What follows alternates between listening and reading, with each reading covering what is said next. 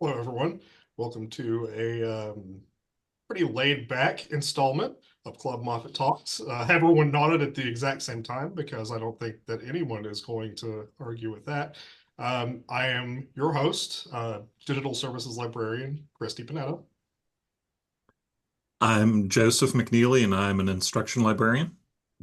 I'm Ryan Samuelson, and I am the Associate University Librarian for Public Services. I am Austin Long. I am the night circulation manager and student. Thank you for not making me have to introduce you to them today.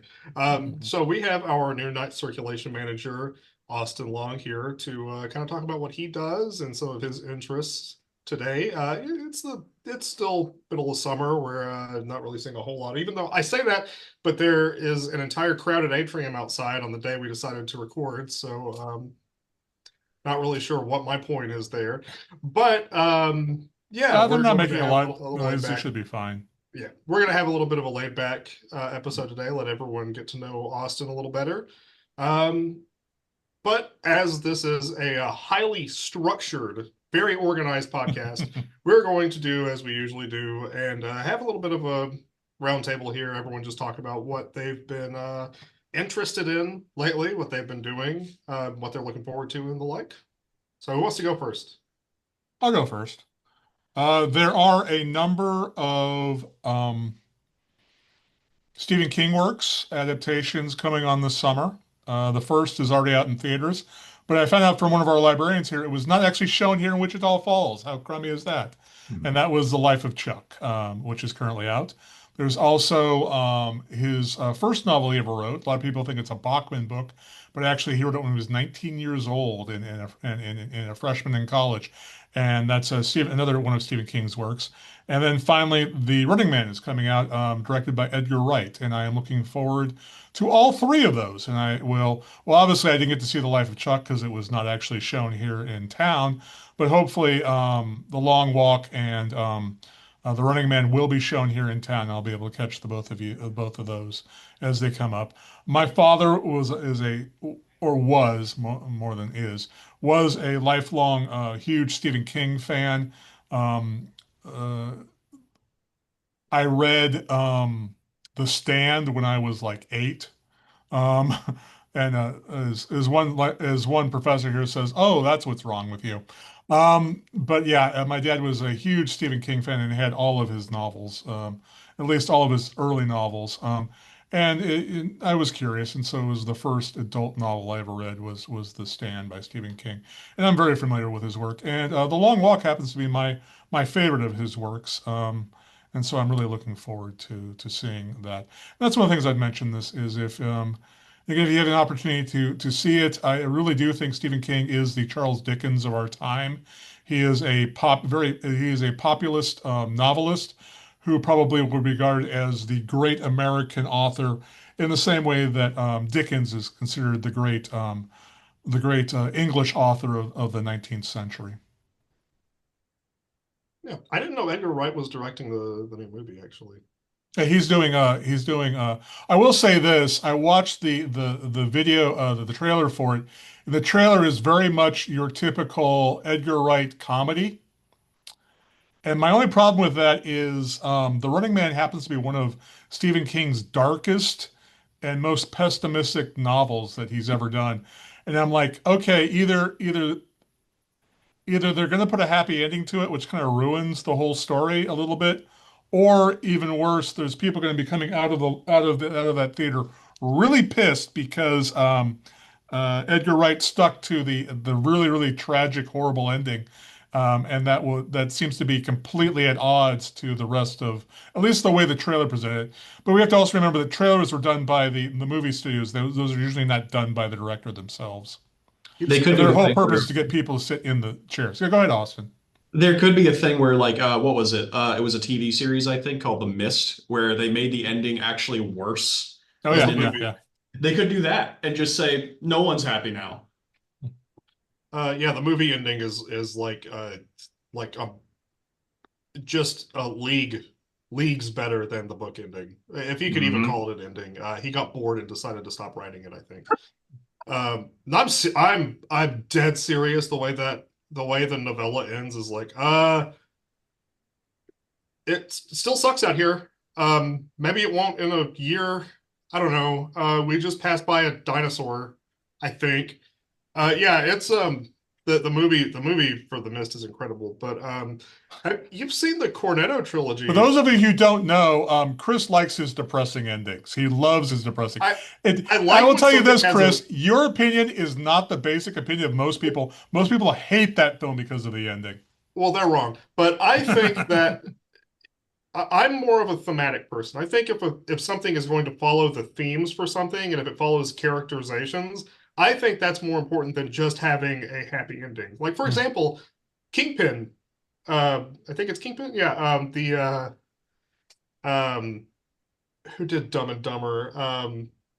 Terrible directors, but I love their movies anyway. That has an objectively bad ending, but it's funny and it makes sense. Um, yeah, it just depends on what the movie's trying to go for, I think, or the story rather is trying to go for. And any ending is better than not an ending, which is what The Mist has. Although I what I was going to ask is, you've seen the Cornetto trilogy that Edgar Wright directed, haven't you? I have. Yeah. Those are all really dark. They They're are funny, dark. but they're very, very dark. Oh, they're dark, but most of them have a somewhat happy ending. And the ending to Running Man is horrifically tragic. Let me put it that way. Well, hold on. He direct Baby Driver? Possibly. Yeah, I could be wrong Well, about that. even if you are correct, he does stick to the very tragic ending, which he probably will. I'm just saying it's completely at odds with the trailer. Let me put it that way. Yeah, but I was going to say with that, he did direct Baby Driver. That movie has a horrible ending. It's the only one of his movies I think that's like really just fell apart, pretty much at the very end. But I don't know. I haven't seen the original Running Man. I haven't read the book. I don't know. But I like Edgar Wright, so You'd I'll like check the it. book. It's very much a 70s dystopian story in the vein of something like I compare it to Soylent Green because that's kind of the world it Oh, reminds me of, but not necessarily population problems, but just it is a late stage it is a horrible look at late stage capitalism gone wrong. okay. Anything else you got going on? No, that's about it. All right. Well, I was going to pass this to Joe and Austin. I'd like to, if it's okay with you, I'd like to save you for last, just so you can talk about what it is that you're going to get into. Agreed. But Of those of people watching us, we are librarians. We are basically the public service librarians here in the building. If we're all on a conference call like this, it means that there's nobody to help the general public when they show up. That's why you might see me. Those of you who've watched this for a while know this, but that's why you might see me disappear for a while, or you might see Joseph disappear for a while, or you might see Chris disappear for a while. It's because we're doing this during our work hours here in the library. And it's quite often one of us gets called away to actually work or help someone out that comes up to the building. Yeah. Just Hey, my webcam just cut out, just Oh, is decided that to what's stop going on? working. Oh, okay. okay, Yeah. No, well, I'm actually here. oh, Uh, I reported that there's a gremlin. I reported there's a gremlin in No my one ever computer. believes me. yeah. And so yeah, the I heard a little beepy notification noise and then lost my picture. Hmm. That's still Um, happening then? and I have not been able to restore it. I have tried unplugging my webcam and plugging it into various other ports, but that doesn't seem to have affected anything. We can So, still hear you, so obviously the webcam is at least working unless you're running off the microphone on your computer. well, yeah, I mean, because I believe that because I have the snowball Oh yeah, you do microphone. have the independent mic. Mhm. So I believe that that's the Oh, independent Austin, in microphone, case I you didn't believe know, is another what's, thing that this podcast is famous for doing is showing us with all of our faults and all of our problems. Um, uh, we do not edit this to make us look good. We leave all of the blemishes in, no matter what happens. I would think less if you did. So good on you guys. yeah. Uh, So Well, for look at those of you who are just joining us, Joseph McNeely has been killed and replaced by a doppelganger who's refusing to show himself on screen, but that's what's This is going on right now. Gremlins, telling you. he has to the creature has to reform into his face for a while, so Yeah. he might not be joining us for the rest of the podcast. Yeah. Doppel Joe, since you are here, would you like to go next? Sure. I will speak for a little bit about things that I'm doing. Um, we just watched the movie Sinners, Hmm. Hmm. which has a lot of good things going for it. Good cast, amazing costume. They did a lot of historical research into the time period, not just in general, but specifically for the location where it's set, which is it's like the Mississippi Delta in the 1930s. Um, and I think that's all I'm going to say about that movie. The We also finished watching the Ironheart Marvel TV series, Is and that that's your all I'm going to review say of about it? that. And but yeah, the The internet hates that show. Like from everything the I've seen, Yeah, yeah. they that makes sense even. despise that show. Well, here's the problem. I did not hate the show because the show actually has a lot of good things going for it. Um, it has a lot of really interesting, really good characters. Um, the sad thing about the show is that the main character is not one of the good or interesting characters that the show contains. Um, and I did not enjoy it because of that. I had thought that maybe they were going to turn it around and have the character be have a redemption arc. And there's not a redemption arc. There's a dissension arc that is fairly steady. Um, yeah. I think one Yeah, of the main that's me not talking about that show. Um, but yeah, uh, other than that, uh, we've just been hanging out, and we were one of the families in town that lost power the other day. Oh, We had our power out. Our power was out from 6:30 in the evening to about 11 p.m. So I mean, honestly, that's not horrible, but it was uncomfortable. Yeah. I was So just lucky I was here at work for most of that, and then I only had to deal with it for like an hour. Fortunately, or unfortunately, rather, I had ice cream in the freezer. It did not survive, oh, which is very sad. that is sad. That is a much sadder tale than mine. Okay. All right. Austin, are you prepared to talk about your adventures in reading? Oh my goodness. To call them adventures would be quite generous. But I haven't been doing a ton. I've been trying to just basically kill time, but it's actually really nice to be able to kill time. Um, I've only recently started to pick up reading again, like not for classes, but I will have to do that again once classes start. But recently I've begun reading a book called Free to Choose by Milton Friedman and I believe his wife.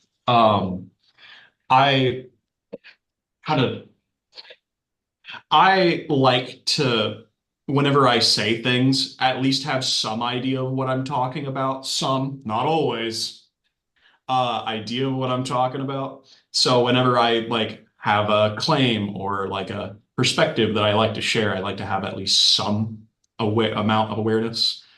So politically and economically, I'm reading that to kind of help me get up a level so I can at least have a conversation with a poli sci major because by God, they love to have conversations with me.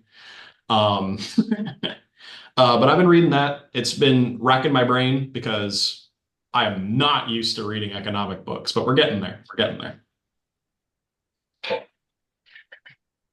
Uh, don't really know how to transition from this because I'm still new to the whole podcast thing, but generally the entire thing has just been about, how interwebbed the economy is nowadays and all that noise. And it's a lot of mumbo jumbo that I'm still trying to get into. I haven't even gotten past chapter 1 to show you how slow a reader I am, but that's a different conversation for another day.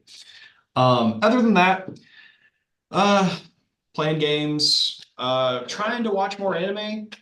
Can't, because I have yet to find one that is not just generic slop. Oh, well, that's like 90% of it, but you have to find a I way to know enjoy it's the slop. crazy. Ugh. I was actually Um, just complaining to a friend of mine that I don't understand how Demon Slayer got so big. He was like, "What are you talking about? it's like one of the most generic shonens, but with the prettiest budget. I think that's the well, best way to describe it.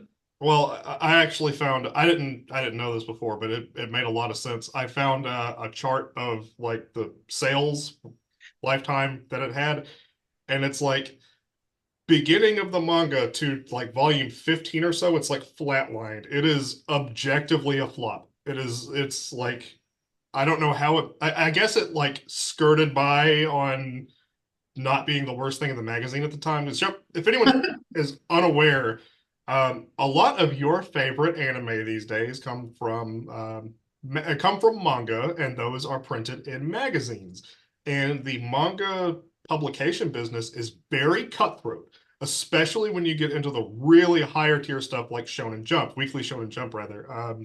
That's the one where stuff like Demon Slayer, Dragon Ball, One Piece, Death Note, um, Bleach, Naruto, Bleach, Naruto, and One Piece were called the big the big three three. Yep. because they were so immensely popular that and this is something I was talking to my friends about. They didn't have to have an anime adaptation. They were insanely popular when they were being printed. The anime just boosted them basically.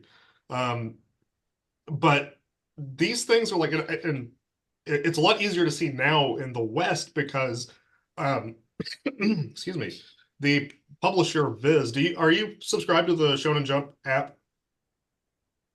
Are we talking to Yeah, anybody or you me? you in particular. Ah, no.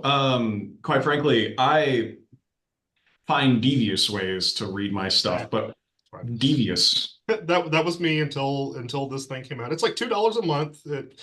Everything that they've ever published under their line, like online, is available there. They're still like adding stuff to their vault, and it never goes away. So for me, someone who really enjoys reading up on like the older series and kind of getting a better idea of like who individual authors are, like $2 a month isn't bad. Yeah. They also have a second one for their other franchises that they do, but that's whatever. Um, but you'll see regularly whenever they do their Sunday weekly Shonen Jump drops.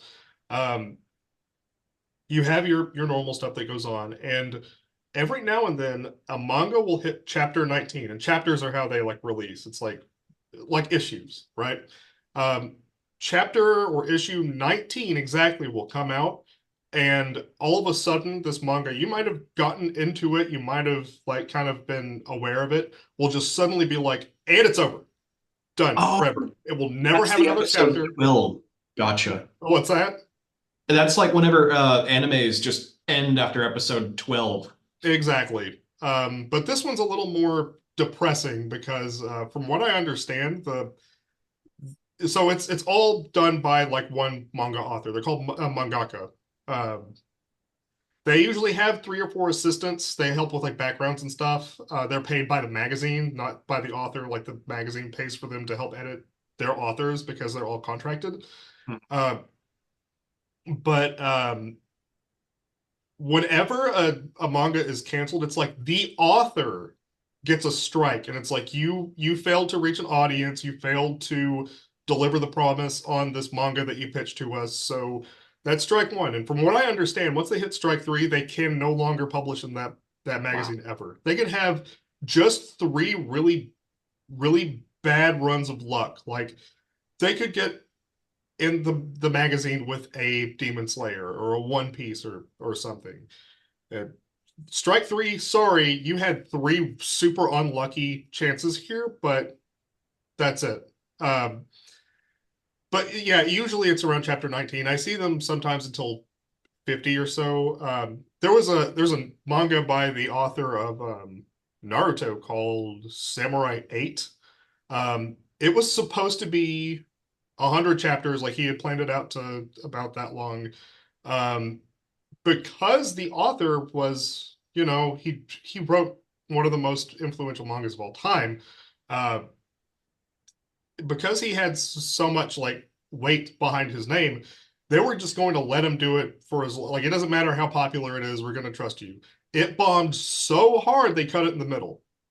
50 Wow. chapters and they said, "All right, nope, done. We're not doing no. You can't have this anymore. This is worse than we expected it could have possibly ever done, even with our stipulations." Um, but yeah, so to get back on Demon Slayer, I looked at the sales chart and it's like all the way at the bottom, all the way across. Volume 15 hits. Then you see a little note on this chart that says, "This is when the anime started." And the next line on the chart, it's flatlined all the way up to the stratosphere. And then it's like just like erupting upwards.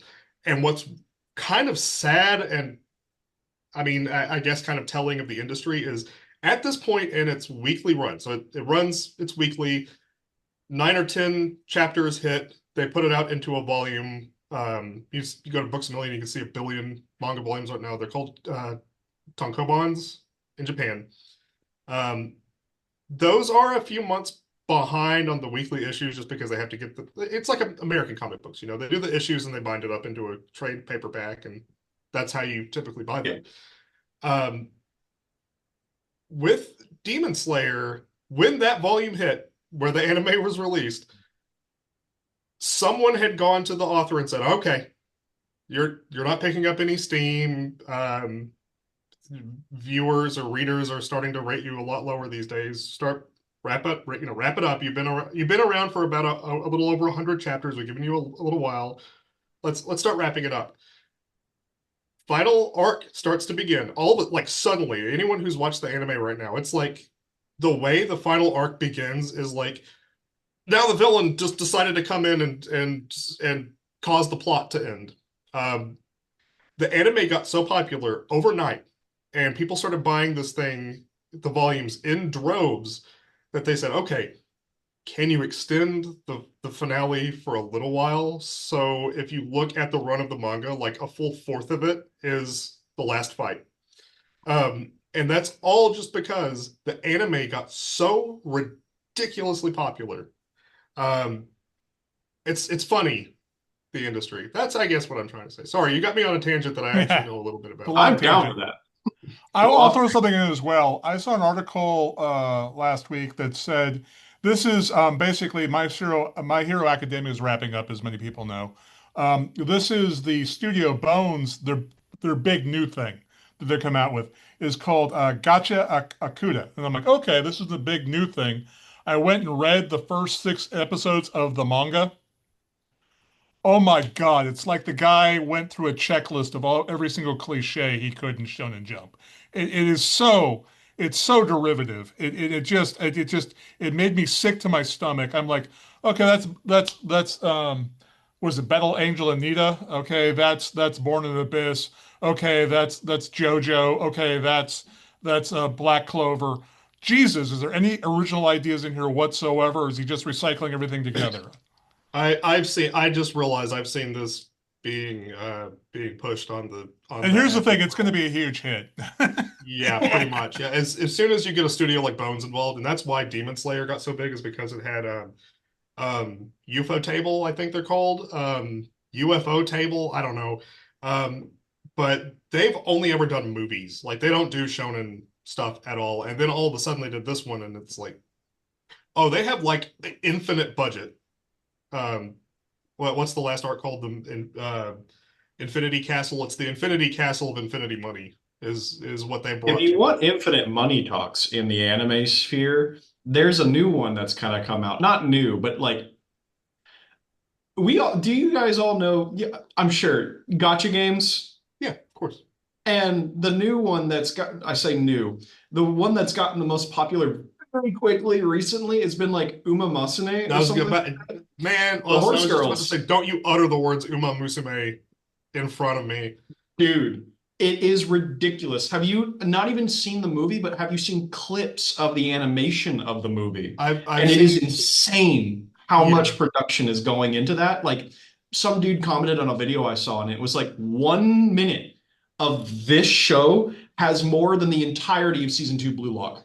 Like more frames. Well, I mean, that's really not a high bar to hurdle over. No, no, it's not. But still, it's What's oh my crazy is, God, it's ridiculous. yeah. So the gotcha stuff and also these ridiculous premises like the horse girls. That's literally it's called the horse girls. Mhm. Yeah, it's like that stuff's getting huge and sports series are dying. There have been so many failed sports mangas since Haikyuu ended. I can't keep up with any of them. There have been baseball. There's one currently right now that's hideous called I don't remember what it's called. It's like sprinting. It's like marathon running. I don't know. The ping pong series that just came out. There's so much, and they all fail, and I don't understand how. Well, I understand it. It has to do with the newest Z generation in Japan are into sports. What? Well, I was actually wanting to. I didn't want to completely take this from Austin, but I actually kind of wanted to talk a little bit about generations in Japan because I'm kind of thinking about. Well, I kind of started rewatching Godzilla, and I'm starting from the Heisei era. Like I'll do Showa later, whatever. If anyone's unaware, though, the way that Japanese eras works is they have this not the same age like generations that we do. Like for example, we have Gen X, which is typically like from the 1960s to the 1980s. In Japan, they had the I don't remember what it's like. It's something like the economic ice age, the lost generation. Basically, it's kind of similar to what happened here, but the economy of Japan just evaporated like overnight, like between somewhere like right after the or maybe this was like right after the 80s, I don't remember. But it's kind of in a similar vein there, where we had economic prosperity in the States. They started to see a massive economic decline.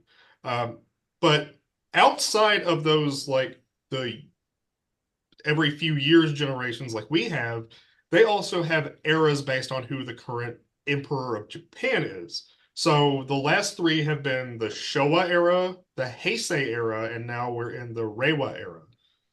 And Um, it just so happens that the Godzilla films actually match up with that as far that's as continuity well, goes. I forgot about this. They don't. It's just that they're so closely aligned with when those Hmm. eras kind of take shape that they get put into those categories instead. Like Showa, of course, is Showa's like until the 80s, until 89. It's like 1920 to 1989. It's a really long period of time. And that's when Godzilla began, is 1954.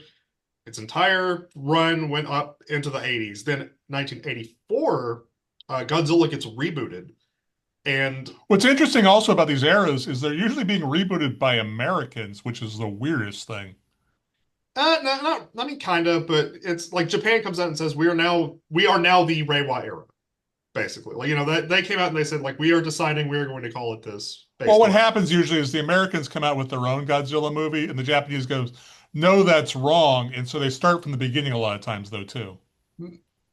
well, I'm not so It sure happened that in that's 1984. It happened in 2000. It happened again with there the was no Hong with Godzilla in the King 84. Kong universe as well. Well, so the thing with that really is that 84 is just when they decided to reboot Godzilla, and 84 Godzilla is a sequel to Godzilla 54. So it like it destroys the Showa era entirely, and Now I'm curious. What Godzilla came out in '84 or in the '80s in the God, States? yeah, Godzilla 84. I mean, it was Godzilla was the before the that particular film came out that you're talking about. There was the American based film. I think it was funded by like Pepsi Cola or Coca-Cola. It was. I mean, it's weird because there's Coca-Cola. There's product placement all throughout the entire film. I don't know. Are you talking about Godzilla '99? No. Now I'm curious. Now I'm curious Okay, because the only Godzilla I okay. know about I that have a was friend who's a huge Godzilla fan, so I kind of know what I'm talking about. so either way, I'm looking at it right now. Either way, so well, either way, um, the Heisei era of Godzilla actually begins like a full half decade before the Heisei era for real starts. But it's because they kind of Ah, they fall more into like specific kind of genres or like storytelling methods or whatnot. So they just kind of get like, whatever, it's the Heisei period of Godzilla, just because it's like it's easier to remember that spread of it. I'm remembering it incorrectly. They took The Return of Godzilla from 1984 and they completely re-edited it for American and reshot it Yeah, for American audiences in yeah. 85. It's the same thing that happened with 54. I Godzilla was about to say, 56 yeah, is a people did the same thing. you know what? They crapified it exactly the same too.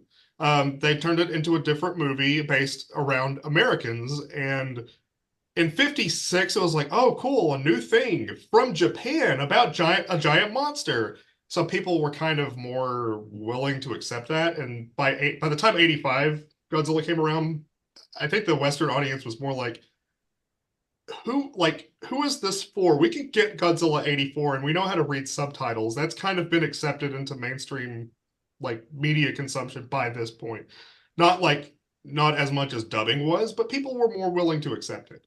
Um, but yeah, '85 is I think the point where everyone just said like let's not touch Godzilla anymore until Schumacher uh, destroyed it in '98. But so I'm looking at the Heisei period, and those are mostly if you've seen a movie called Godzilla versus whatever, that's probably going to fit around that time frame. But that series is really interesting because it has some of the better Godzilla movies, and it has a great finale. That's like it's like this is the end of Godzilla. It's like this is the ending. Anything after this has to be a reboot. So I'm looking to get into that. I really want to see Godzilla versus Biollante. That's the plant monster one. That's the one It that's was considered really the best of the entire that's series, honestly. yeah. Up until recently, that was like if you're gonna watch a Godzilla movie, you need to watch that one. The Reiwa area, the Reiwa era, which also does started before that era actually began, um, is it's I think it's the first one where like there are no real timelines and it's not like none of the movies are sequels until -1 part 2 comes out. Um and it's like it's a much darker kind of like approach to Godzilla. But then again, you also have the legendary MonsterVerse, which is the Western one, which isn't tied to Godzilla at all. It took forever for a Western studio to finally get approval after '98. Um, Oh, you're there's back. Joe. Yay. Hey, What's the your favorite doppelganger has Godzilla? succeeded. Yeah, I don't know if you guys could hear it, but my computer made made the little notification noise, and then my webcam popped back up. I didn't hear that. It needed a break. You were overworking it, man. Yeah, Yeah. terrible. Oh, Okay. now you're He's gone gone again. again. Yay. No. Yeah. It got too temperamental. Yeah. Yeah. You Now the know, disguise dropped. I mean, for a second, the disguise dropped, so you had to cut yeah. the feed It's again. it's almost like I'm as lost as the Mayan civilization. That's No an one wants us to talk amazing about mines, but civilization. honestly, I prefer talking about Godzilla, to tell you the truth. But I'll wrap up. I'll wrap it up. Um, yeah, Godzilla's good, isn't it? Does anyone have a favorite? Does anyone have a favorite Godzilla? Oh, I'd be showing my age if I said one of the very newer ones. You know Uh, what? You know what? Austin, say it because I don't think that it's. I don't think it's going to be what you think. and I like King of the Monsters. I like seeing the new King Ghidorah. I like seeing Mothra. I like seeing whatever the literal just pteranodon on fire. I Rodon? like seeing everything. That was sick. I liked seeing the monsters fight. That was cool as hell. Yeah, you're talking about Rodon. Yeah. I don't know why that one's always the one I forget. Mothra is just dumb easy though. Well, yeah, Mothra makes sense. Yeah. Rodon's But kind of love King he's always Ghidorah. been a C tier. Like if you're talking about like he's average, you know, that's why he's a C. He's a 7 out of 10 monster. He'll be in a lot of stuff, but he's not going to do a whole lot. Now if you're talking about those kinds, then there's like Anguirus and King Caesar. Um, Yeah, there are no, some real stinkers over there with Godzilla kaiju's, but but man, that was by far the coolest way I think I've ever like. They did two things with Ghidorah that I really liked. They made him like one of, if not the most menacing thing that's that tall. Like I was thinking Pacific Rim back when I was the first one. We don't talk about the second one. It doesn't exist. Um, Back in the first Pacific Rim, whenever like the kaijus are right next to a person, and I'm like, dang, that's pretty scary. Then I watched this new one, and it's like Ghidorah is genuinely menacing. I loved Ghidorah. there's something about like the appearance, right? Like it's you can have all the stuff like the Pacific Rim where like it's like weird amorphous creature or whatever. And then there's King Ghidorah, which is a giant gold dragon that's completely symmetrical with its 3 heads. It's like it's majestic, right? Like it Mhm. goes beyond just a creature that you can't wrap your head around. It's like Yes. that's a character. Yes. And there's also the audio design, which is by Oh, far, I think, King Ghidorah's audio in the new series. I don't know how they're going to resurrect him. They might. They always do. Um, he's Mechagodzilla. there you go. But like the sound design for Ghidorah back in what was it, 2020? I forget when King of the Monsters came out. Oh my gosh, it was so good. I love hearing it every time I get an opportunity. It's the most awesome sound I think I've ever heard from a monster film because it's not just deep roar T-Rex from Jurassic Park times 32. I think it's different, but Showa King Ghidorah has an incredible his roar from the original run is so iconic. I love King Mhm, Ghidorah so much. mhm. Um, But I like the new one. I like the American version too. I loved Shin Godzilla though. Shin Godzilla was by far my favorite like Japanese Godzilla. I love Otto so much. He's so good. Hmm. You know, he just did well, he co-wrote the new Gundam. Oh, It's I did. ridiculous. It just ended. It's so crazy. It's like they turned Gundam into Evangelion and it works. It's Nice. so good. Ryan, what's your favorite Godzilla? Do you have one? Yeah, I'm looking over the complete list of some 30 some Godzilla films. Honestly, my favorite one, and it's pure nostalgia, is the 1962 King Kong versus Godzilla. It has my favorite title theme. So that's probably my favorite one. It's purely um what 9-year-old Ryan knowing who King Kong is, but having no idea who Godzilla was and seeing this film and watching it basically. Although I think my first exposure was new. Uh new. My first exposure was Godzilla versus Gigan, I think. No, it wasn't. It was Godzilla versus Megalon, which is considered one of the worst Godzilla films of all time, which is why I did not put it as my number one. But that was my first exposure to Godzilla. Again, it has that hint of nostalgia to it. Who's the headliner in Godzilla Raids Again? That's the one where it's like I don't remember that movie at all. It's the only one that doesn't have the headliner's name not in the title either. I don't know. Well, to close out, and just also to justify your answer, Austin, um, King Kong versus Godzilla, um, its title theme is actually reused in one of the best scenes in my favorite Godzilla movie, and that's the most recent one, Godzilla minus one. Um, there's a reason it won, like it had a $15 million budget and won the best Oscar for visuals. Like it's it is a perfect like World War II movie with a monster in it. It's beautiful. It has really sympathetic human characters. The human drama is almost as interesting as Godzilla's here again. Um, but it which is also surprisingly makes hard to do. yeah, and the really cool thing though with that and Shin Godzilla is that it makes Godzilla a horrifying force of nature while making it really sympathetic. Um, like Shin Godzilla is a force of God. They say that as much in the movie.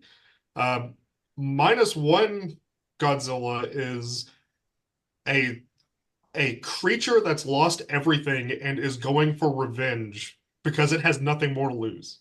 Spoilers, but yes, Is that spoilers? for a movie that some people might have watched that's relatively recent. I don't know. I don't know, whatever. The drama around minus one though is the human narrative though. Not like the Godzilla stuff doesn't matter. The human story in minus one is so good. Like it's a compelling drama Yeah, outside of and then Godzilla shows up and destroys uh where there's a specific neighborhood they mentioned. I can't remember. they made a joke about that back during I think the 80s or 90s, where she's like, "Can he not just go somewhere else?" Well, he's a Oh, good guy in the 80s though.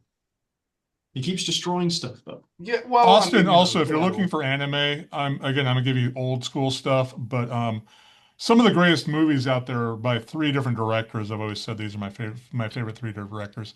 The first one you know, of course, and that's Hiro Miyazaki, of course. Yep.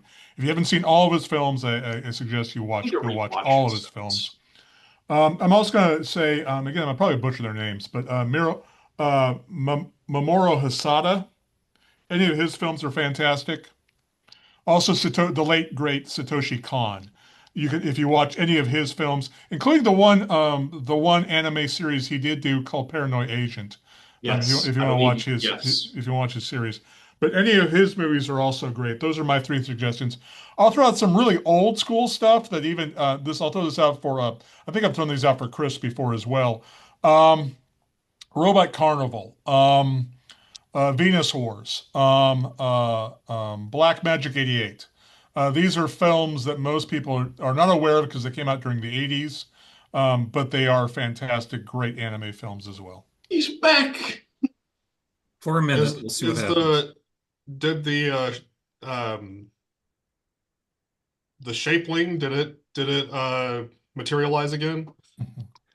I can neither confirm nor deny the existence of a doppelganger which may or may not resemble me in any way. Well, unfortunately, we were going to talk about the Mayans because that's what Austin wanted to talk about. However, um, basically, Chris hijacked it to do his Japanese appreciation. No, Um, Godzilla uh, appreciation. I could talk more about I'm down his for No, we that. have Japanese 15 minutes left. appreciation. Austin, please Well, we tell don't us have about how the time now, Mayans unfortunately. hijacked Godzilla from a podcast. Oh my goodness. We're out of time, actually, Chris. Uh, We're 50 minutes into the video, so we need to cut it here, well, unfortunately. I think you'll have plenty of time to talk about your interests in the future, but I will get into that on Yeah, um, the next this was video. fun. I like this. This is great. If you would like to join us again, of course, and like I Yeah, said, I have a feeling you'll probably be asked to join the podcast in the future. I am more than down for that. But I I'm not going to give any more information than that at the moment.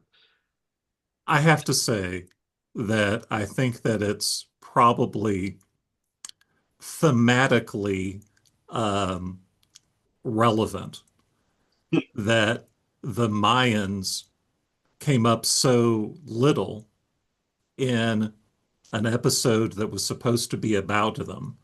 That they even got lost here. Yep. Well, let's see if we can I bring was this ready. around. One of the things the Mayans believed in is that there were several worlds, and each world was destroyed. And from that world, a new world was born that was very similar to the old world, much in the same way that Godzilla is constantly being killed off and reborn into a new generation or a new world in Yep. continuity, where the old world has been swept away and forgotten about, and he has become something new and something different, yet strangely the same as he was before. Yep. If you want to scrap this entire episode and just do it again, I'm all for it. I got my Godzilla out of the Joe way. will not let us do that. He will show us warts and all. The doppelganger has a very strict code, and we must follow it. Yeah, the doppelganger. Well, no, but the doppelganger would have the same priorities as normal Joe though, Oh, because you're this right. is You're also right. the same timeline that we See, would now we're have. questioning when he was ever replaced. It might have been years ago, and we would never know. We've only just now been Sharing the finding it. wall So. with a ephemeral creature from space.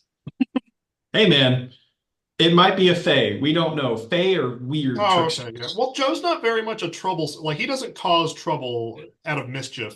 That we know of. Not at work, Ooh. but Maybe all these problems we've been having lately is all Joe working behind the scenes, his little Machiavellian plots. The lights have been flickering. Little buzzers going off every now and then, and it's just Joe sitting in the back going under the bridge to control. Uh, this is great. I love this.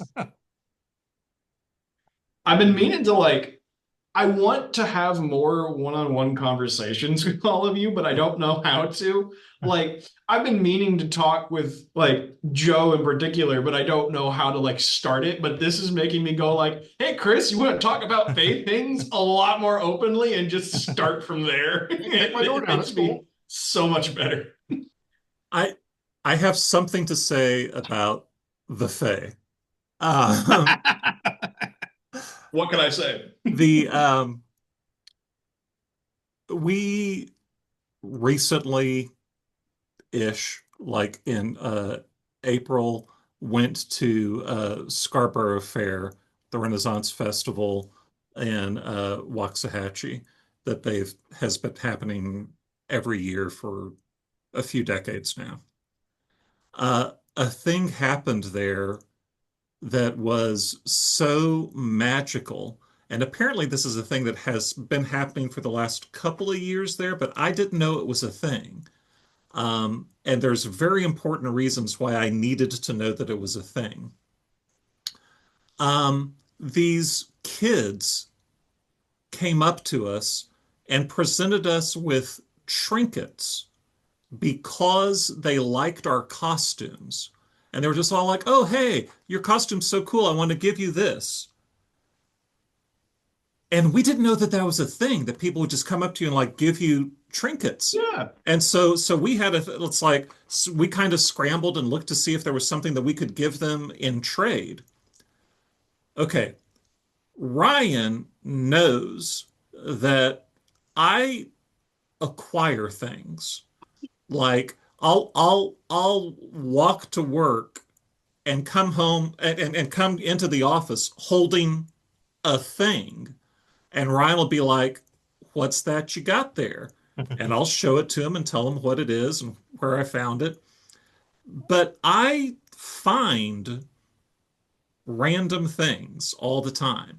And to have a specific outlet for me to trade those with someone else is amazing. This is like, now I have a purpose in life. So now we're talking about going to Scarborough next year, and I already have like a mayonnaise jar filled with stuff that I'm going to take just so that I can pass it out to people. Lovely. That was it. So what we learned is that, yes, you are correct. Joe was replaced by a Fae long, long time ago, possibly as a child. He might be a Might be a changeling. pro. Pro do like shiny things. They like collecting knickknacks. It might be a Corvid. We don't know. We'll never. Well, I Plus, don't even want if to know. if that's the case, he could be also a Manchurian Fey candidate, and the thing that was handed to him was like a totem, like a spiritual device. We recognize your game. Here you go. Yeah. Love that. That's amazing. I need to go to a Ren fair someday. You Uh, do. Everyone should experience a Ren Fair at least Yeah. once. my girlfriend really wants to go, and we'll go in like full dress and everything. Sure. I like money and having a roof over my house, so I like working. The Yeah. there's a few in Texas and some in the surrounding area. There's like one in Oklahoma or whatever. There's one down in the Houston area that happens later in the year because the one in Waxahachie is basically April, May. Yeah. And but the one down by Houston is like in the month of October. And that's better because the weather's a little bit cooler, so you're not sweating to death when you're wearing multiple layers for costuming purposes or whatever. And the part of the world that is in, it's like on the border of, or maybe in the border of, like a national park. It's just gorgeous down there. Yep. But it is, of course, twice as far away from us Yes. as Waxahachie, and that's a viable thing that you need to consider when you're planning your time. I'm just Uh, lucky that my girlfriend lives down there, so oh, okay. I mean, it yeah, works for me really well. yeah. I mean, maybe that'd be a thing to consider. If you go to Waxahachie next April, you can expect to see me wandering around handing out things to people. Sweet. Neat. I go in like Chris, have you ever full. been to a Renaissance fair at all? No, I haven't, unless you count medieval times, which you shouldn't. No. That being said, when the kids get a little bit older, I think it'd be something I'd suggest that you Yep. do. I was just thinking as Joe was talking about it, I was thinking to myself, I bet my kids Oh yeah. would really like doing that. And then it made me remember the reason I haven't shut up yet in an hour is because my family's out of town. They're visiting family Ah, their I side. knew something was So different. so I've been completely isolated from the rest of the world for several days now. Um, and this is what happens. So blame them, not me. Before anyone complains about me not shutting up, okay, I need to get it out somehow. Hey man, we all Well, need it no, out. what people are going to say is, gee, if Joe's not around, Chris just goes off on a tangent for an hour, doesn't he? I could fill an hour. We I know. don't have it. I We know, believe it. we know, we know. But yeah, no, Joe actually I'm has the sure stats of like how often each of us talk, so he knows. there's a yeah, there are a lot of things that I'm waiting on my youngest daughter to get a little bit older before we start Yeah. doing. But my wife is seriously wanting I to would do. say wait until your youngest is probably what, 6 or 7, Joe? Maybe a little bit older. If you wait till your youngest is 6, that's a good time to go. Okay. We have picked. Have lots of water with you as well, because he is absolutely right. I mean, when I went, it was back in the 80s, but it was a heat wave, and they were saying make sure you bring water with you. One of the people we did go with did have the start of heat stroke actually during it, so just be aware of that fact. Yeah. We went to a Peppa Pig themed theme park maybe a couple of months ago. Now I know how ridiculous that sounds, Austin, but Oh no. it was a good introduction to like the idea of theme parks, like getting on rides and that crap. But but they had a great time there. It's just like that's like the absolute maximum I would want to do right now. Well, a Renaissance fair isn't so much riding rides or something like that. It's more just interacting with people. Yeah, Whether it's actually like and shopping. and a lot of people who are very passionate about their very strange and niche based art that they do, basically of various sorts. Well, you remember what I said in the last episode? You like the royal you, everyone in the world, you're not different. You like weird things. It's okay to like weird things. Hey, the Fine. 21st century has been the triumph of the nerds, as we all Yes. know. I mean, When you're there is no 90, such thing as yeah, weird things anymore, to tell you the truth. I mean, the when you're stuff I 90 grew and up have being 1 hour of weirded and clarity a people looking day, at me really strange for is now completely mainstream. you're going to really regret not indulging in your weird interests when you're much older. Okay. I, yes, sir. You got it. Now, I'm taking it Austin, in. I know we don't have time to talk about the Mayan Empire and all of your actual academic interests, but I